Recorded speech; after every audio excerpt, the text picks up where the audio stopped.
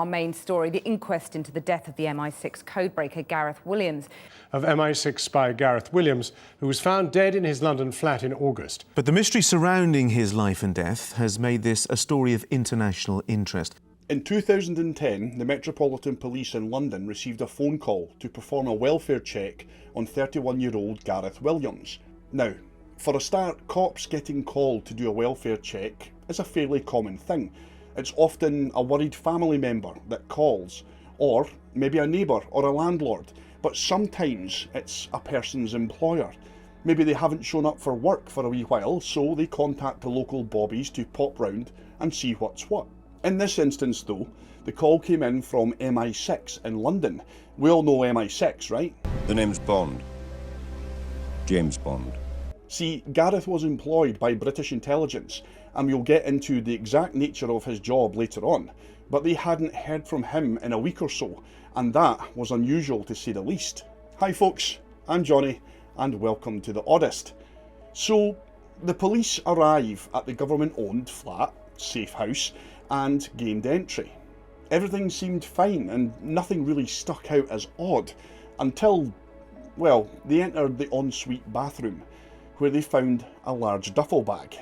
Inside the bag was the body of Gareth Williams. But here's the first strange thing about this case, and believe me when I tell you, there's a lot of strange things. The bag was padlocked shut on the outside.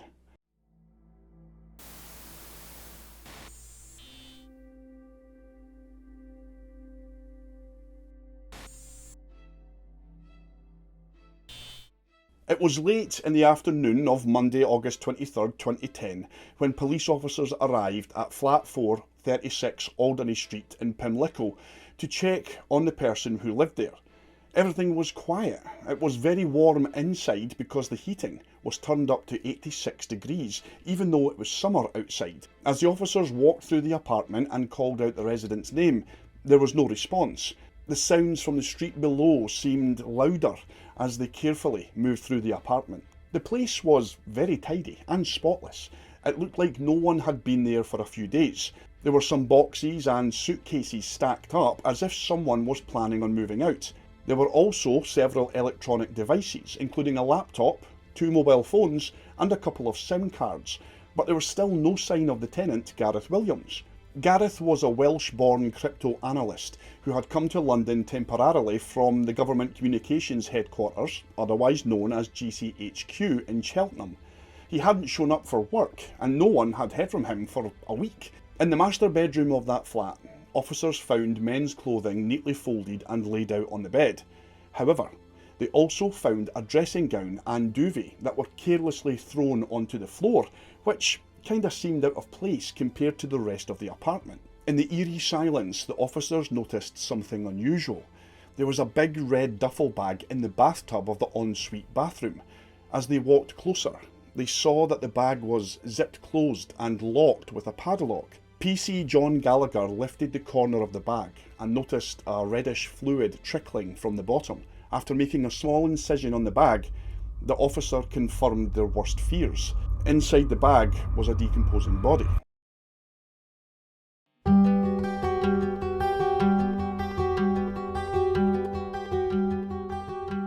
Gareth Wynne Williams was born on September 26th of 1978 in Valley Anglesey, Wales, to his parents Ian and Ellen. He had one sister named Kerry, who he had a close relationship with. Gareth's first language was Welsh, and he was an exceptionally bright student. His talent for mathematics was clear from a very young age. He took his O-levels, which are standardised high school tests, at the age of 10 and passed. This essentially means that he finished high school when he was just 10 years old. So yeah, he was pretty smart for sure. He still stayed in high school though, but at the same time also worked on a part-time degree. He completed this degree in mathematics at Bangor University by the time he was 17. After that, he earned a PhD in computer science at the University of Manchester.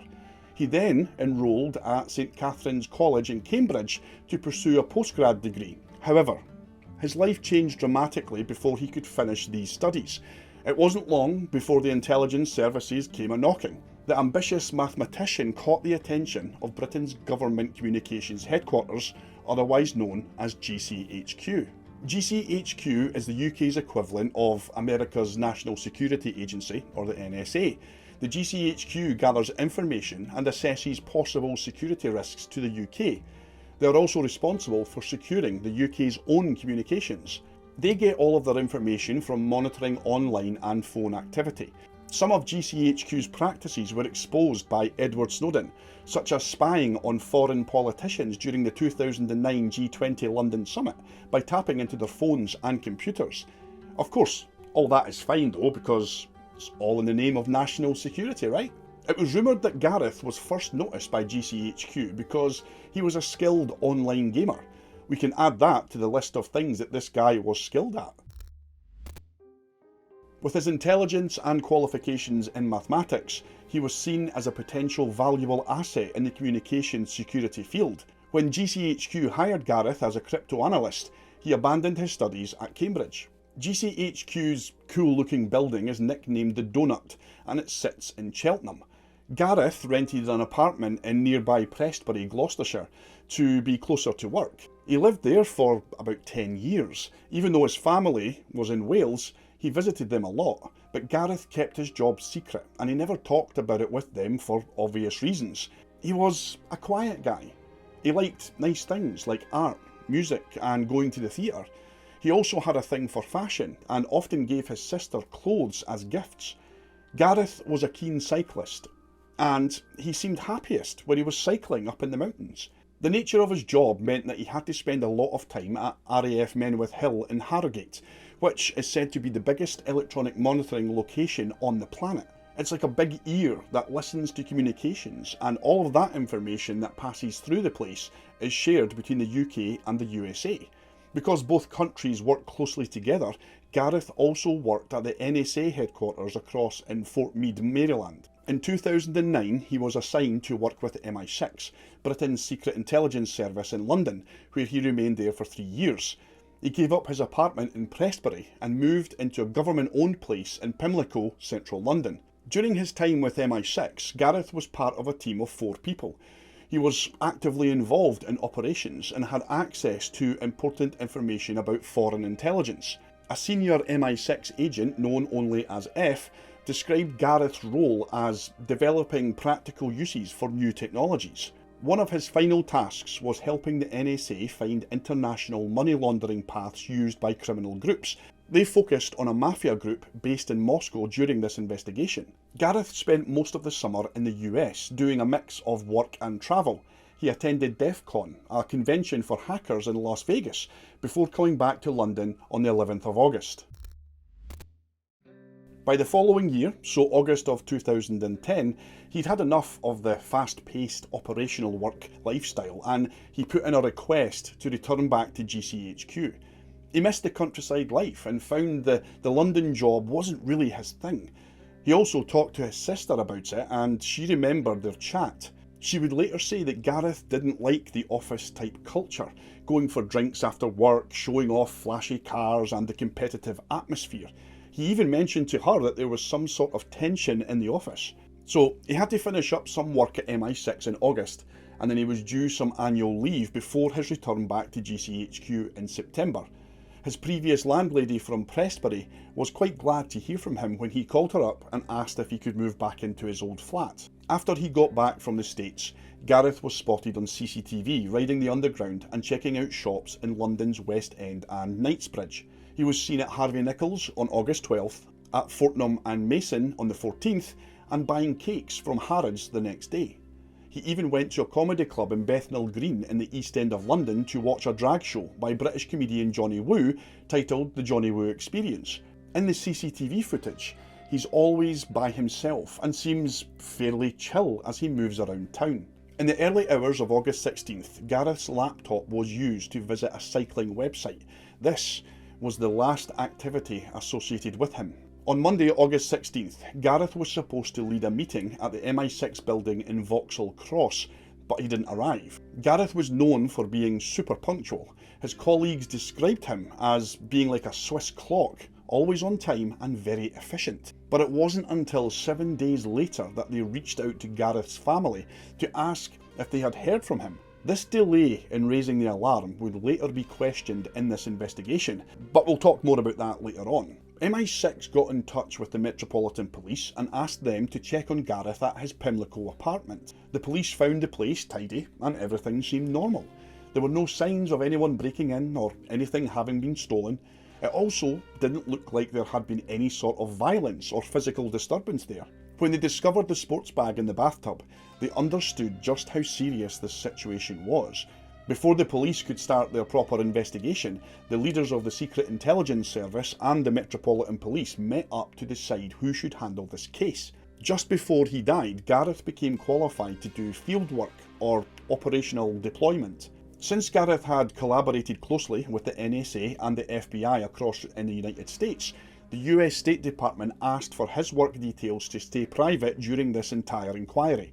The FBI also looked into his death, but didn't share any discoveries that they made. Forensic experts went to the apartment in Alderney Street to begin their investigation.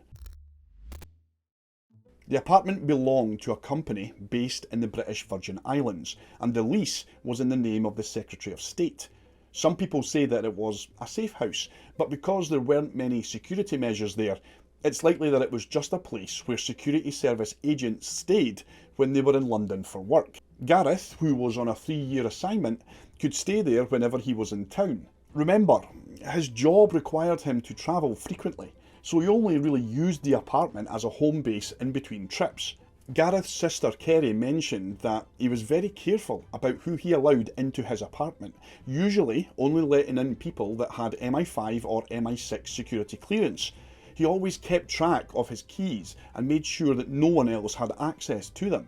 So, how did he end up dead inside a sports bag? The red North Face bag was locked with a padlock from the outside, and the key to the padlock, well, that was still inside the bag, underneath Gareth's body. He was naked and positioned in a twisted fetal position, with his hands folded on his chest and a calm expression on his face. The autopsy didn't show any injuries or signs of a fight on his body. He had some minor bruising on his elbows, but they weren't severe enough to cause any serious harm. There weren't any bruising patterns suggesting that he was restrained before his death. So, how did he end up in that bag? Was he unconscious when someone put him in there? Or was he forced to comply and then climbed in of his own accord? Toxicology tests revealed small amounts of alcohol and the recreational drug GHB in Gareth's system, but these levels were incredibly low. Gareth didn't drink or use any sort of recreational drugs. However, because of the advanced decomposition of his body, these substances could have been present naturally. This angered Gareth's family and forensic experts. If Gareth's absence from work had been reported earlier, forensic testing could have been much more helpful in this case. 3 different pathologists conducted post-mortem examinations, but none of them could determine the actual cause of death definitively. They speculated that it could have been asphyxiation or poisoning. The only glimmer of hope was a small amount of DNA that was found on Gareth's hand. However, it was later discovered to belong to one of the forensic technicians who had handled Gareth's body when it was being removed from the bag. With no cause of death and no additional evidence from Gareth's body, all hope appeared lost. From the very beginning, the Metropolitan Police classified Gareth Williams' death as suspicious and unexplained. Yeah, no shit. Evidence discovered at the apartment in Pimlico added to this mystery. Oddly, there was no DNA or any fingerprint evidence in the bathtub or around the bathtub, not even from Gareth himself. Considering he had been back in town for about 5 days before he was actually reported missing, if he had showered or taken a bath during that time, there would have been traces of DNA all over the bathroom, but it was completely clean. Technicians discovered small traces of DNA on the zipper fasteners and handles of the North Face duffel bag, but they couldn't determine the owner. DNA was also found on Gareth's phone and towel, but again, without a match. It didn't bring this case any closer to any sort of resolution. It only indicated that 2 people, other than Gareth, had been at the apartment, but their identities were still a mystery. So, exiting the ensuite bathroom, where the bag was discovered, investigators turned their attention to the master bedroom. On the bed, there were neatly folded stacks of men's clothing, However, a dressing gown and duvet were found strewn on the floor, contrasting with the tidiness of the rest of the apartment. In the living room, on the dining table, there was a mobile phone with 2 SIM cards sitting beside it. The phone had been wiped clean and reset to factory default settings. On the floor in front of the sofa, there was a laptop and another mobile phone. Then, some details caught the investigators' attention, stirring up the tabloids' thirst for scandal and leading this investigation in an entirely different direction. He'd visited bondage websites, gone to gay bars and bought tickets to drag shows. Police have revealed new details about the intensely private life of MI6 spy Gareth Williams. See, in the spare room there were large boxes filled with designer women's clothing and shoes worth around £20,000. Everything appeared brand new, with the clothing neatly folded and packed with tissue paper. Only 2 pairs of shoes showed signs of wear. Additionally, there was a bright red lady's wig which was draped over the back of a dining room chair. Theories arose suggesting that Gareth might have been a cross-dresser, and some people speculated that he might have been gay. However, there was no evidence of any romantic interest in Gareth's life, whether gay or straight. He was dedicated to his work and preferred to keep himself to himself. Investigators were puzzled by the large amount of women's clothing that were found in the apartment. Gareth's friends and family members, they believed that the clothes were not intended for Gareth himself. They suspected that he might have just bought them to give to his sister and other friends. Gareth did have a passion for fashion and had even taken 2 fashion design courses at Central St Martin's College in London without informing his employers. I mean, it's not unreasonable to speculate that the clothes had nothing to do with Gareth Williams. The apartment wasn't his personal property, it belonged to the government, and it was used by the Secret Service. Is it possible then that the clothes belonged to another agent? Perhaps a female agent who required a diverse wardrobe as part of her undercover work. The clothes there were mostly really small sizes, with many being a size 8. I mean, despite Gareth being a fit and athletic guy, he was muscular, making it really unlikely that he could fit into any of these dresses. In December of 2010, information about Gareth visiting several bondage websites was leaked to the media. This obviously raised questions. Could the death of this secret agent have been related to a BDSM encounter that maybe went wrong? Another peculiar incident from Gareth's past emerged when his landlady, who rented him the apartment in Prestbury, well, she remembered being awakened one night by screams for help coming from Gareth's apartment. Together with her husband, they hurried to his aid, using their spare key to gain entry to the flat.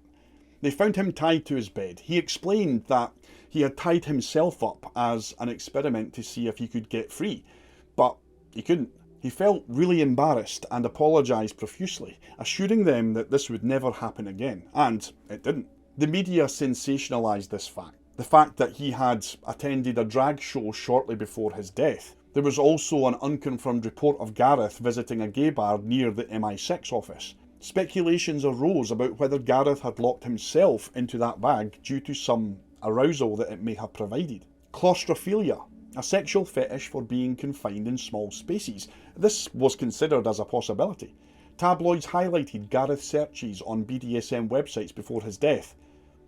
Investigators had to assess whether Gareth could have climbed into this bag himself. This could have been part of a BDSM activity, an escapology experiment gone wrong, coercion by a third party, or even a suicide attempt. I mean, the suicide theory was quickly dismissed by investigators.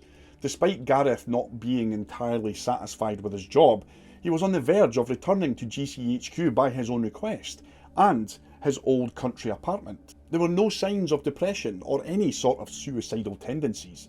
He had even made plans to meet his sister a few days after his death, indicating that he didn't actually anticipate his own demise.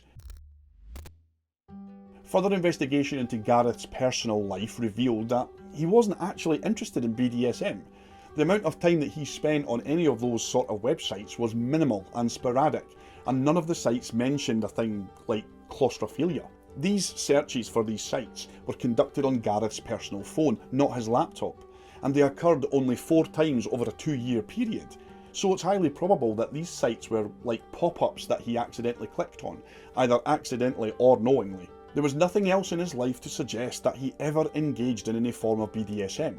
Not that there's anything wrong with it, I mean, you do you, But veering off into unfounded assumptions, well, it wasn't going to help solve this case. The discovery of the key inside the bag lent some support to the escapology theory. However, if Gareth had entered the bag as part of an escapology exercise, there would likely have been evidence of preparation. He might have undergone contortion training or studied escapology techniques, but it's important to note that the key was found beneath his body. If his intention was to lock himself inside this bag, he would likely have kept the key within reach to facilitate his escape. Given the confined space of the bag and the contorted position of his body, it would have been impossible for him to reach that key. A team of experts, including a yoga practitioner and a military expert similar in size to Gareth, well, they conducted over 400 attempts to determine if Gareth could have feasibly locked himself inside that bag. The challenge of fitting a man of Gareth's size into a sports bag of that size, well, that would have been very difficult. Despite demonstrating that Gareth could have potentially entered the bag by himself, the shape of the bathtub posed another challenge. He would have needed to prop himself up and push against the sides to enter the bag head first. His DNA or fingerprints would definitely have been found on the bathtub sides if this had actually occurred. Once inside the bag in such a confined space, there's no way that he would have been able to attach the padlock to the zipper and lock himself inside from the outside. It's clear that this scenario is highly unlikely. Because of the position of Gareth's body, experts concluded that he must have been alive but unconscious when he went into the bag. In the confined space of that bag, he would have suffocated to death in a matter of minutes. If he was unconscious but alive when he was placed into the bag, someone else had to have been there. There was no accident or roleplay gone awry. This was a murder and someone's attempt to dispose of the body. It is possible that the plan was to take the bag and dispose of it somewhere else, but maybe the person who had locked him inside the bag could have been interrupted and planned to come back at a later stage.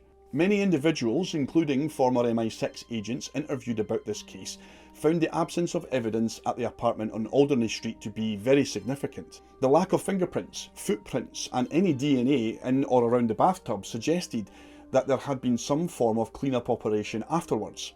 Gareth's family suspected MI6 involvement in a cover-up. Given the nature of his work in the Secret Service, it's not implausible to speculate that MI6 had been to that flat before the police were called to perform a welfare check. They waited for a full 7 days from the initial realisation that Gareth hadn't shown up for work before informing the police.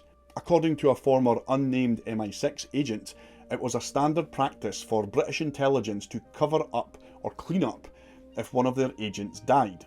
He suggested that if this was done in Gareth's case, it would have been to prevent sensitive information from falling into the wrong hands. However, this action also meant that crucial evidence was being destroyed. This raises another question. Are intelligence agencies then exempt from the law?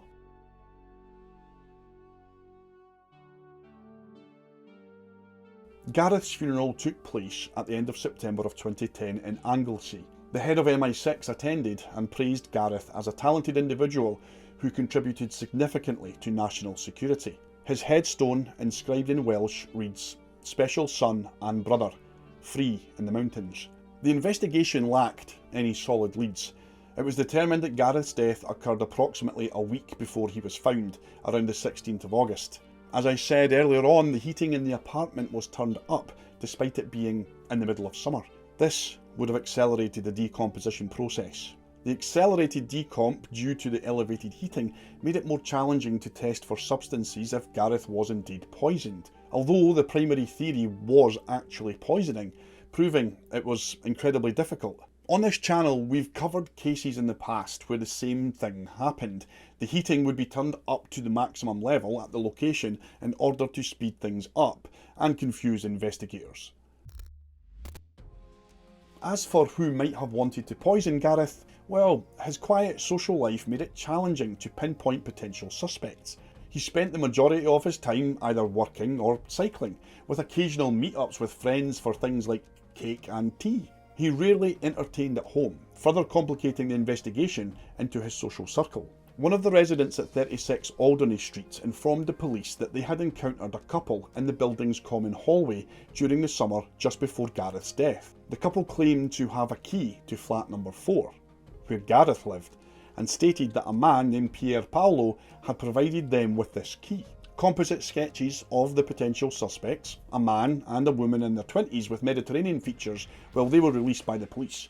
Authorities also sought information regarding this Pier Paolo, but unsurprisingly no leads emerged. The nation held their breaths as more details about the investigation were revealed at the coroner's inquest. Coroner Dr. Fiona Wilcox dismissed the cross-dressing and BDSM theory straight off the bat and said that this information was leaked to the press in a probable attempt to manipulate the media. Many witnesses were called to testify about Gareth's private life as well as his professional life. Some MI6 agents could not have their identities revealed and testified from behind a screen.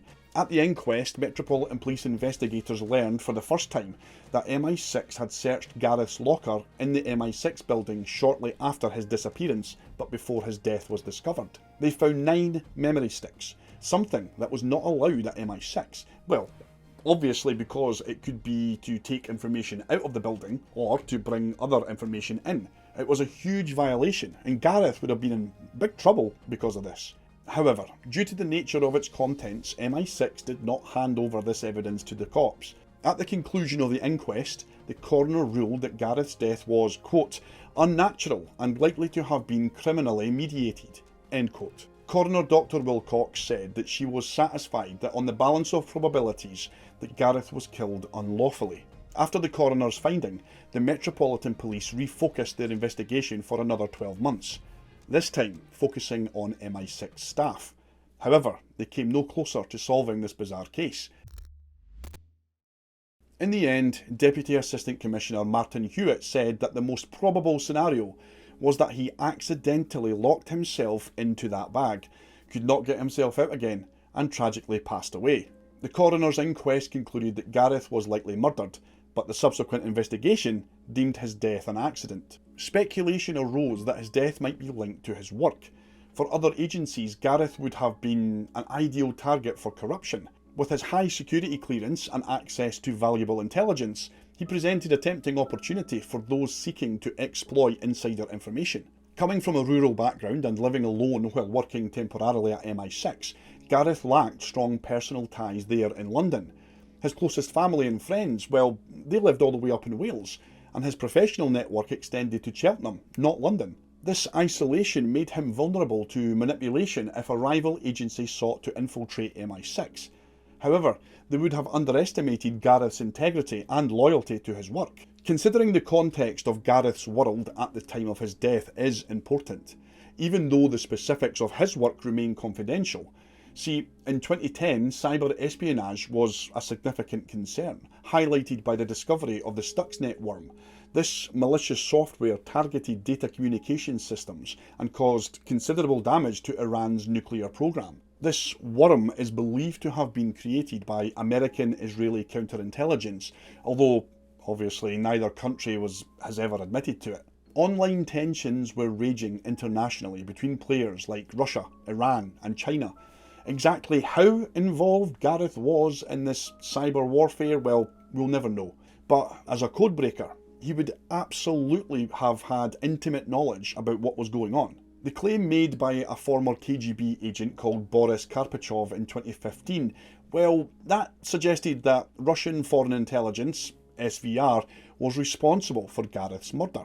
Karpachov alleged that the SVR attempted to coerce Gareth into becoming a double agent, but he refused. Remember, we spoke about his loyalty to his job and his country. So, with regards to this, it was believed that Gareth had uncovered information about an SVR operative working for GCHQ, and that part of him wanting to return to that office was to try and expose this mole. Karpachov, who defected to the UK in 1998, had been outspoken in the media about Russian intelligence activities. He even went on to say that he was one of 6 former Russian agents on a hit list approved by Vladimir Putin. It might just be mere coincidence, but Karpachov at the time was actually living near Gareth Williams in London, and was accustomed to being vigilant and noticing any sort of suspicious activity, especially vehicles or individuals who he believed might be following him. He claimed that in the days preceding Gareth's death, he observed several vehicles surveilling the area, behaving in a manner consistent with Russian counterintelligence tactics. Karpachov documented these movements, fearing that they might have been targeting him. According to him, the last suspicious drive-by that he took note of was on the 15th of August, which was the day before Gareth's death. This was obviously a stunning revelation, and investigators needed more information about this. Karpachov told them about a Russian mole inside the British spy network, whose codename was Orion. Orion and Gareth had become friends when they worked together at the listening post in Harrogate. The Russians wanted Gareth to become a double agent in an operation called Sweetie, because of his passion for collecting women's clothing. Karpachov alleged that Russian agents had drugged Gareth one night and dressed him in women's clothing while he was unconscious. They then proceeded to take photos of him and used it to blackmail him. Pulling the strings was Orion's spy master, who used the codename Lucas and posed as a wealthy Eastern European businessman. Gareth remained steadfast in his refusal to become a double agent, hinting that he knew fine well about Orion in the hopes that the SVR would leave him alone and abandon the mission completely. I mean, this makes sense, right? Their cover is blown, and who knows who Gareth has told back at GCHQ. However, it appears that he may have miscalculated. The SVR recognised that he possessed valuable information, and seeing his refusal to cooperate, deemed him a liability. As a result, they made the decision to eliminate him. Bearing in mind this is all according to Karpachov, it's not been proven.